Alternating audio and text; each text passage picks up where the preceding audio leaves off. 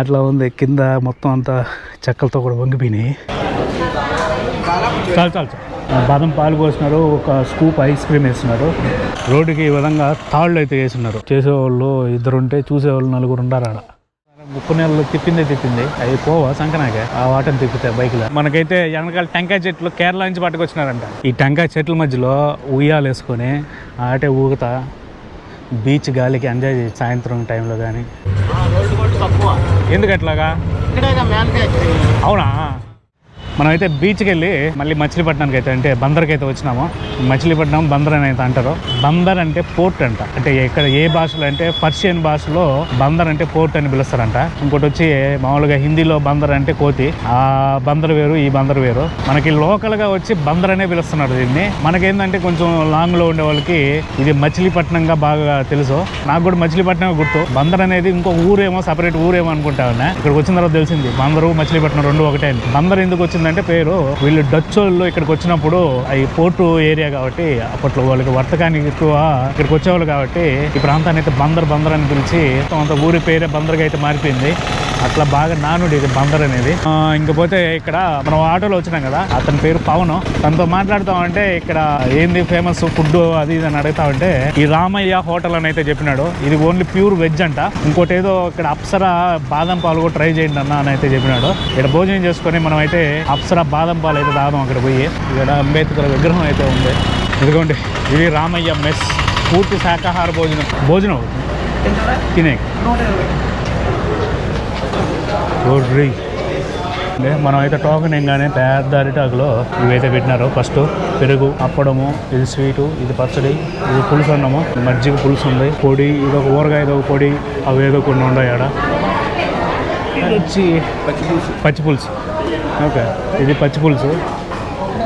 ఇది వచ్చి క్యారెట్, అది కర్రీ, ఇది ఒక పప్పు, అది రసము. సో ఇదనమాట మన రామయ్య మెస్ గారి భోజనం. చింతపండు పులుసు అన్నది,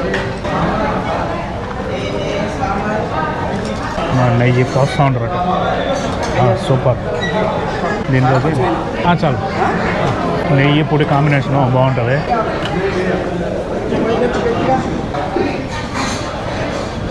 పప్పు మాత్రం సూపర్.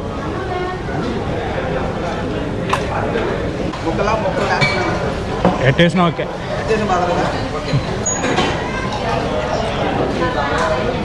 చాలు చాలు మనమైతే రామయ్య మెస్సులో అయితే కడుపు నిండా భోజనం చేసినాము. ఇక్కడ భోజనం చేసేటప్పుడు మామూలుగా గమనిస్తే ఒకటి అర్థమైంది. నార్త్ సైడ్ వాళ్ళు ఏంటంటే తినేటప్పుడు ఏదో పిచ్చాపాటిగా మాట్లాడుకుంటూ తింటా ఉంటారు. మన వాళ్ళు ఇక్కడ తినేటప్పుడు యుద్ధం చేసినట్టు తింటా ఉంటారు. సోపాలు పడుతూ తింటా ఉంటారు. కోనేరు సెంటర్, కోనేరు సర్కిల్ ఆడ పోయి ఒక బాదం పాలు తాగాం. ఏం పేరు మీ పేరా? విజయ్. తమిళనాడు హీరో విజయ్య, మామూలు విజయ్య.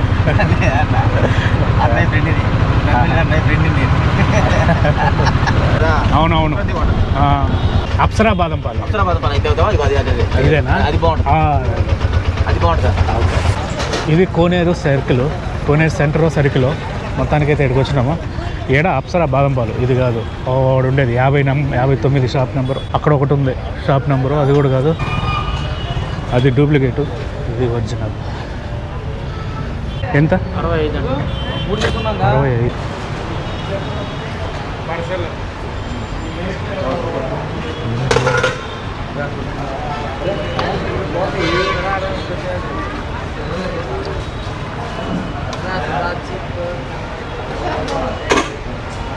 ఇదొక స్కూప్ వేస్తున్నారు. స్పూను సరే. చాలా చాలా ఫేమస్ అంట, చాలామంది చెప్పినారు. ఇది అప్సరా బాదం పాలు. బాదం పాలు పోసినారు. ఒక స్కూప్ ఐస్ క్రీమ్ వేస్తున్నారు. బాదం ముక్కలు అయితే కట్ చేసి దాని మీద టాపింగ్ అనేది వేసినారు. ఈ విధంగా ఉంది. ఇది మెయిన్ దాన్న అక్కడ ఉండేది. ఇది ఒకటేనా? మీరు ఎటు ఒప్పుకున్నారు పేరు ఒకటే పెడితే? పేరు పెట్టుకోవచ్చు, ఏదో బ్రాండ్ మారింది కదా, మన బ్రాండ్ ఇది లోగో. ఓకే, ఇది లోగో.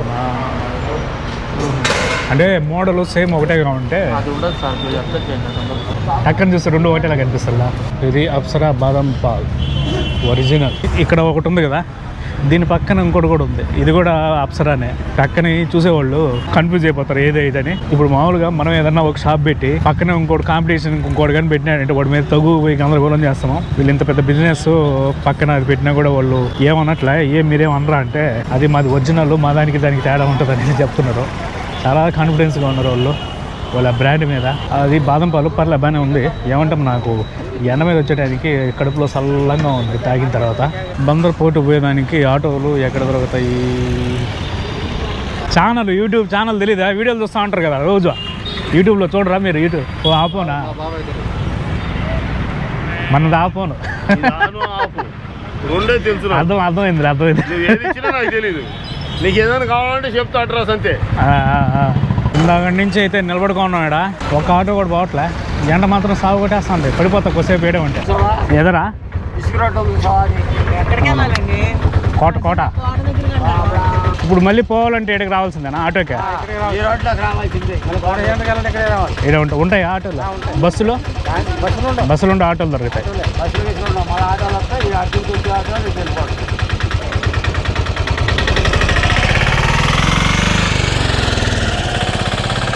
బందర్ కోటకి ఈ విధంగా వేస్తున్నారు దారి. ఇక్కడేదో కొన్ని మాన్యుమెంట్స్ ఉన్నాయి పాతవి, అవి పోర్చుగీస్ వాళ్ళవి, డచ్ వాళ్ళవి, బ్రిటిషర్స్వి. అవి అయితే చూసుకొని మనైతే వెళ్దాం. ఈడేదో కొన్ని బిల్డింగ్స్ అయితే ఉన్నాయి పాతవి. ఇటు సైడు వీళ్ళు లోపల ఇల్లు కూడా కట్టేసుకో ఉంటారు. బందర్ కోట ఇది ఆర్కియాలజికల్ సర్వే వాళ్ళది. ఏదైతే బోర్డు కూడా పెట్టున్నారు చూడండి, ఆర్కియాలజికల్ సర్వే ఆఫ్ ఇండియా, సురక్షితమైన సంరక్షిత ప్రాంతం. వీళ్ళు అప్పట్లో వ్యాపారానికి ఇక్కడికి వచ్చి ఎక్కువ వ్యాపారం చేసేవి. ముస్లిన్ అని ఒక క్లాత్ ఉంటుంది, ఆ క్లాత్ అయితే ఈ బందర్ పోర్టు నుంచి ఎక్కువగా ఎగుమతి దిగుమతి చేసేవాళ్ళు. ఆ ముస్లిన్ పేరు మీద మచిలీపట్నం అని కూడా పేరు వచ్చిందని అయితే చెప్తారు. ఇది లోపలికి వెళ్ళేదా పోయేదానికి? ఇది ఏం లేదు, ఊరికే టేస్ట్ పెట్టినట, పశువులు పోకోకుండా.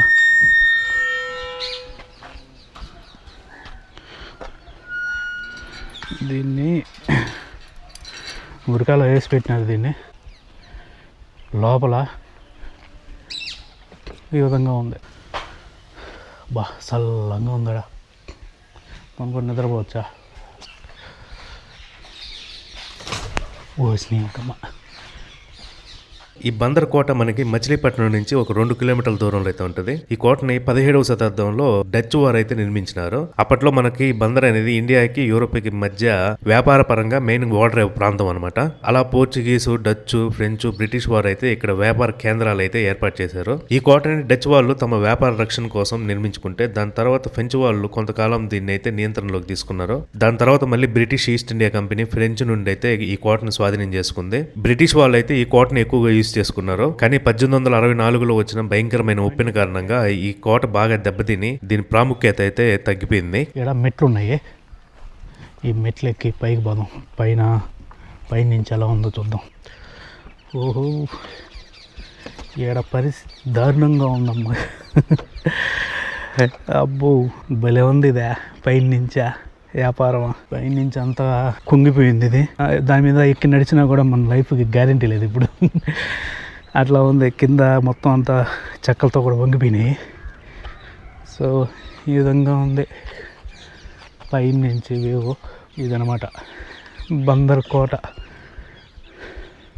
ఇదిగోండి మనకు అక్కడ పైన 2 స్తంభాలలాగా కనిపిస్తుందా, అది వచ్చి గంట ఏలాడ తీసేదానికి. ఆ 2 స్తంభాలలాగా ఉండేటివి ఆడ గంట ఏలాడ తీసి గంట కొట్టేవాళ్ళు ఏదన్నా అనౌన్స్మెంట్కి కానీ ఎవరన్నా వచ్చేటప్పుడు పోయేటప్పుడు దానికి సంబంధించిందండి అది గంట. ఇది ఎప్పుడు చేయించినారు? అప్పటిదేమో మళ్ళీ ఏమైనా చేయించినారు ఏమో కానీ మొత్తానికి అయితే దీని మీద లంగర్ సింబల్ వేసినారు, పోర్టుకు సంబంధించిందని. ఇదిగోండి ఇది లంగర్.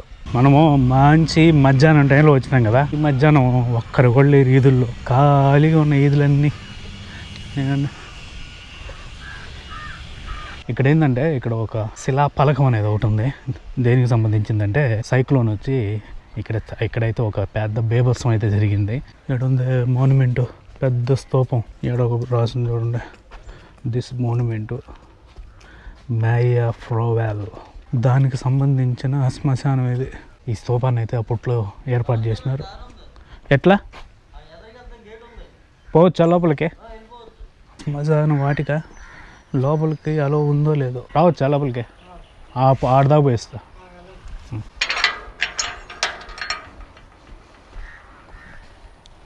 మొత్తం శ్మశాన వాటికల దగ్గరికి అయితే వచ్చినాం మనం తిరుక్కొని వీళ్ళంతా క్లీనింగ్ చేస్తూ ఉంటారు ఇక్కడ పొగబెట్టి. ఇదేమైందంటే 1864లో ఇక్కడ ఒక బీభత్సమైన తుఫాన్ వచ్చింది. ఆ తుఫాన్ వచ్చినప్పుడు ఈ పొగ తుఫాన్ వచ్చినప్పుడు ఇక్కడ ఏమైందంటే మొత్తం అంతా దాదాపు అప్పట్లో లెక్కల ప్రకారము 30,000 మంది దాకా చనిపోయినారు ఈ చుట్టుపక్కలందరూ ఆ తుఫాన్లో. దానికి గుర్తుగా ఇక్కడైతే ఒక మాన్యుమెంట్ని అయితే ఏర్పాటు చేసినారు. ఆ మాన్యుమెంటే ఇదేంటంటే 1864 మాన్యుమెంట్. ఈ విధంగా ఉంది. పాములు ఉంటాయా ఇది దానికి గుర్తుగా ఈ మాన్యుమెంట్ని అయితే కట్టినారు. చూడండి వీళ్ళు మాన్యుమెంట్ కట్టేటప్పుడు ఫస్ట్ వాళ్ళ పేర్లు అయితే వేసుకున్నారు. వాళ్ళ పేర్లు వేసుకొని వాళ్ళతో పాటు 30,000 మంది కూడా చనిపోయినారని అయితే వేసినారు. హస్బెండ్ యాంటోనీ అండ్ మ్యారియా ఫ్రోవాలు అండ్ వాళ్ళ సన్నులు వాళ్ళ కొడుకులు అంట వాళ్ళైతే చనిపోయినారంట ఇక్కడ. వాళ్ళతో పాటు వాళ్ళ కుటుంబంతో పాటు దాదాపు ఒక 30,000 మంది దాకా అయితే మిగతా ప్రజలు కూడా అయితే చనిపోయినారు అని అయితే వేస్తున్నారు. ఆ 30,000 మంది ప్రజలైతే మనకి లెక్క లేదు, ఎవరెవరో కూడా గుర్తుపట్టలేకుండా అయిపోయినారు ఆ తుఫాన్లో. పెద్ద ఆలోచి ఇక్కడ ఉండే మొత్తం అందరినీ తీసుకెళ్ళిపోయిందండి సముద్రంలో. రాత్రి జరిగింది అది. ఎందుకంటే 1 నవంబరు 1864లో జరిగింది అది. ఇప్పుడు ఆడికి పోవాలంటే మనకేం దొరకవా? ఉంటాయా? ఆటోలు ఉంటాయి. ఆ మాన్యుమెంట్ చూసుకొని ఏడైతే మెయిన్ రోడ్డుకి అయితే వచ్చున్నాము. ఇక్కడ నుంచి ఇట్లాగా బందర్ పోర్టుకు పోతుంది. అంటే వాటర్ రేవ్ ఉంది కదా, అప్పట్లో వాడిన వాళ్ళు వాటర్ రేవ్ అయితే ఉంది. అది ఇంకా చాలా దూరం, ఒక 3-4 కిలోమీటర్ల దూరంలో అయితే ఉంటుందంట. ఈ రోడ్లో ఉండండి, ఏమన్నా బండ్లు పోతా ఉంటే ఆపండి, ఎక్కించుకొని పోతారు, లేదంటే ఆటోలు పోతా ఉంటాయి అని అయితే మనకి అక్కడ ఆ అమ్మగారు అయితే చెప్పినారు. ఇది ఏమైనా పోతుందా? పోర్టుకు పోతుందా? ఎక్కడ దాకా ఇదే గిలకలు తిన్నా. ఒక ఊరికైతే వచ్చినాము. ఇది లాస్ట్ ఊరు. ఇక్కడ నుంచి ఇంకా సముద్రం పోర్ట్ ఉంది. దీని ఊరి పేరు వచ్చి గిలకల దిండి. ఆటోలు అయితే పోవంట. ఆటోలు బాడుగు మాట్లాడుకుని పోవాలంట. ఎవరైనా లిఫ్ట్ అడిగి పోవాలా. ఇదే రోడ్డు. ఈ రోడ్లోని పోతా ఉందో నడుచుకుంటా. ఎవరన్నా వస్తే లిఫ్ట్ అడుగుదాము. మనం ఈ ఏరియాలోకి వస్తే మనకి అక్కడక్కడ రోడ్డుకి ఇదిగోండి, రోడ్డుకి ఈ విధంగా తాళ్ళు అయితే వేస్తున్నారు. ఈ ఏంద్రబ్బా తాళ్ళు అనుకున్నా. 2 తాళ్ళు ఇట్లా వేసి మధ్యలో గ్యాప్ వస్తుంది కదా, ఆ గ్యాప్లో ఇట్లా వైర్లు కానీ మామూలుగా వాటర్ పైపులు కానీ అవి అయితే రన్ చేస్తున్నారు. తెలివి. ఎందుకంటే అట్లా రన్ చేయడం ఎందుకంటే ఈ బళ్ళు తిరిగేటప్పుడు ఆ వైర్ కానీ పైపులు కానీ డ్యామేజ్ కాకోకుండా తాడు మీదకి అయితే బళ్ళు అనేది వెళ్ళిపోతాయి. మంచి ఐడియా. మామూలుగా అయితే మన వాళ్ళు ఇట్లా ఏదన్నా పైపుల కోసము ఇష్టానుసారం రోడ్లు తోపని రోడ్లు డ్యామేజ్ అయిపోతూ ఉంటాయి. అట్లా కాకుండా ఇది బాగుంది ఐడియా. ఇప్పుడు ఆటో పోతుంది కదా, అట్లా తాడు మీద ఎక్కి దిగుతుంది. మధ్యలో ఉండేదానికి ఏం కాదనమాట, వైరుకి కానీ పైపుకి కానీ. బాగుంది ఐడియా ఇది. మనమైతే ఆ పెద్ద పోర్టుకి పోలేదు కానీ, అక్కడ పోయేదానికి కుదరలేదు కానీ, ఇక్కడ కూడా ఒక చిన్న పోర్ట్ లాగా ఉంది చూడండి.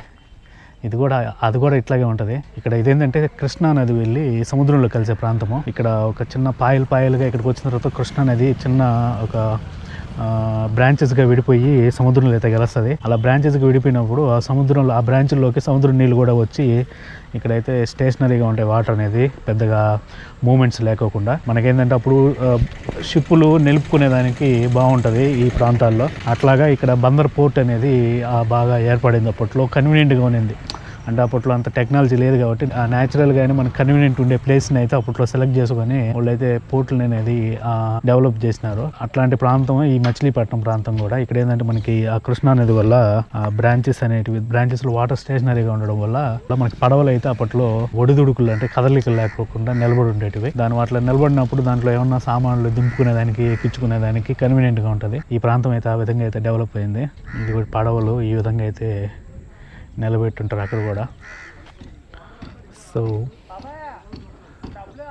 అది ప్రజెంట్ అయితే వీళ్ళు రిపేర్ వర్కులు కావాలి చేసుకుంటా ఉన్నారు. ఇది ఒక పడవని ఇట్లా పైకి పెట్టి ఈడైతే రిపేర్ వర్కులు కావాలి చేస్తా ఉన్నట్టున్నారు. పాత బోటుకి చేసేవాళ్ళు 2 ఉంటే చూసేవాళ్ళు 4 ఉండారు ఆడ. మనకి బైక్ నెంబర్లు ఉంటాయి కదా, అట్లాగే వీళ్ళకి కూడా బోట్ల నెంబర్ చూడండి. ఇండియా AP K5 MM 92 అంట. బైకులు అంటే బయట దేశాలకు పోయేది ఉండదు కాబట్టి మనకి ఇండియాలోనే దొరుకుతుంది కాబట్టి దానికి ఇండియా అని స్పెసిఫిక్గా మెన్షన్ చేయాల్సిన అవసరం లేదు. ఇవేంటంటే పోయేది సముద్రంలోకి కాబట్టి అక్కడ బార్డర్లు ఉండవు కాబట్టి ఏది దేశంలోకి ఎంటర్ అవుతామో మనకి తెలియదు అనమాట. అందువల్ల అయితే మనకి స్పెసిఫిక్గా ఇండియా బోటు అని తెలిసేదానికి ఇండియా అని అయితే మెన్షన్ చేస్తారు వీళ్ళు. బైకులు, కార్లు ఇది ఏంటంటే ఓన్లీ స్టేట్ వరకే ఉంటాయి. ఎందుకంటే మనకి స్పెసిఫిక్ బార్డర్స్ అనేటివి మనకి ల్యాండ్ మీద ఉంటాయి కాబట్టి, వాటర్లో పోయినప్పుడు మనకి అర్థం కాదు కాబట్టి బార్డర్స్, అందుకని వాళ్ళు అయితే ఇండియా అని మెన్షన్ చేస్తారు. ప్రశాంతంగా ఉండే ఈదులన్నీ ఇక్కడ ఖాళీగా. ఇవి దాని నుంచి తీసుండేటివి అన్న, ఈ చెక్కలు దాని నుంచి తీసుండేటివా? ఏం చేస్తారు ఇట్లా మళ్ళీ వేస్తారా? మరి ఎందుకు తీసినారు అయితే? మామూలుగా ఏం చెక్క ఇది? చెట్టు ఎగిసి కర్ర. మనకి వెనకాల బోట్లో సగం తీసిపోయినకుల్లా అవి ఏంటంటే లోపల ఈ ఇంకేమన్నా డ్యామేజ్ అయ్యి ఉంటే వాటిని అయితే మార్చి మళ్ళీ అన్నీ బిగించాలంటే ఇల్లు. ఆల్మోస్ట్ వీళ్ళు మెకానికల్ పని చేస్తున్నారు. మామూలుగా మెకానిక్స్ ఏదైనా లోపల రిపేర్ అయితే అన్నీ ఎప్పదీసి మళ్ళీ అన్ని బిగిస్తల్లా అట్లా ఉంది ఇది. ఈ బోటు మొత్తం అంతా చెక్కలంతా పెరిగేసినారు. మళ్ళీ అయితే లోపల ఏమన్నా డ్యామేజ్ అయితే తీసి పడేసి మళ్ళీ వాటిని అయితే రీప్లేస్మెంట్ చేసి వీటిలన్నీ మళ్ళీ బిగించుకుంటారంట. సచ్చిన ఎన్ని నెలలు పడుతుందన్నా తీసి బిగించాక? 5 నెలలు. మీ దీనికి సపరేట్ మనుషులు ఉంటారా, మామూలుగా మీరే చేసుకుంటారా? మామూలుగా మనం చేయలేము అన్నీ గుర్తుపెట్టుకొని. ఈ గిలకల దిండికి మనం అక్కడి నుంచి బందర్ కోట దగ్గర నుంచి అయితే ఈ గిలకల దిండికి అయితే ఆటోలో వచ్చినాము. ఇందాక అన్న ఆటోలో డబ్బులు తీసుకోవాలా ఇక్కడ దిగిన తర్వాత. పర్లేదులే అన్న అంట. నేను ఈ ఒక 20 రూపాయలు ఇవ్వపోయినా వద్దు పర్లేదులే దగ్గరే కదా అని మన దగ్గర అయితే డబ్బులు అయితే తీసుకోలేదు. చూడండి మనం ఇప్పుడు ఏడున్నాం అంటే ఇది గిలకల డిండి ఏడైతే ఉన్నాము. మనం పోవాల్సింది ఏడు నుంచి ఇది బందర్ ఫోర్టు ఏడకి పోవాలా.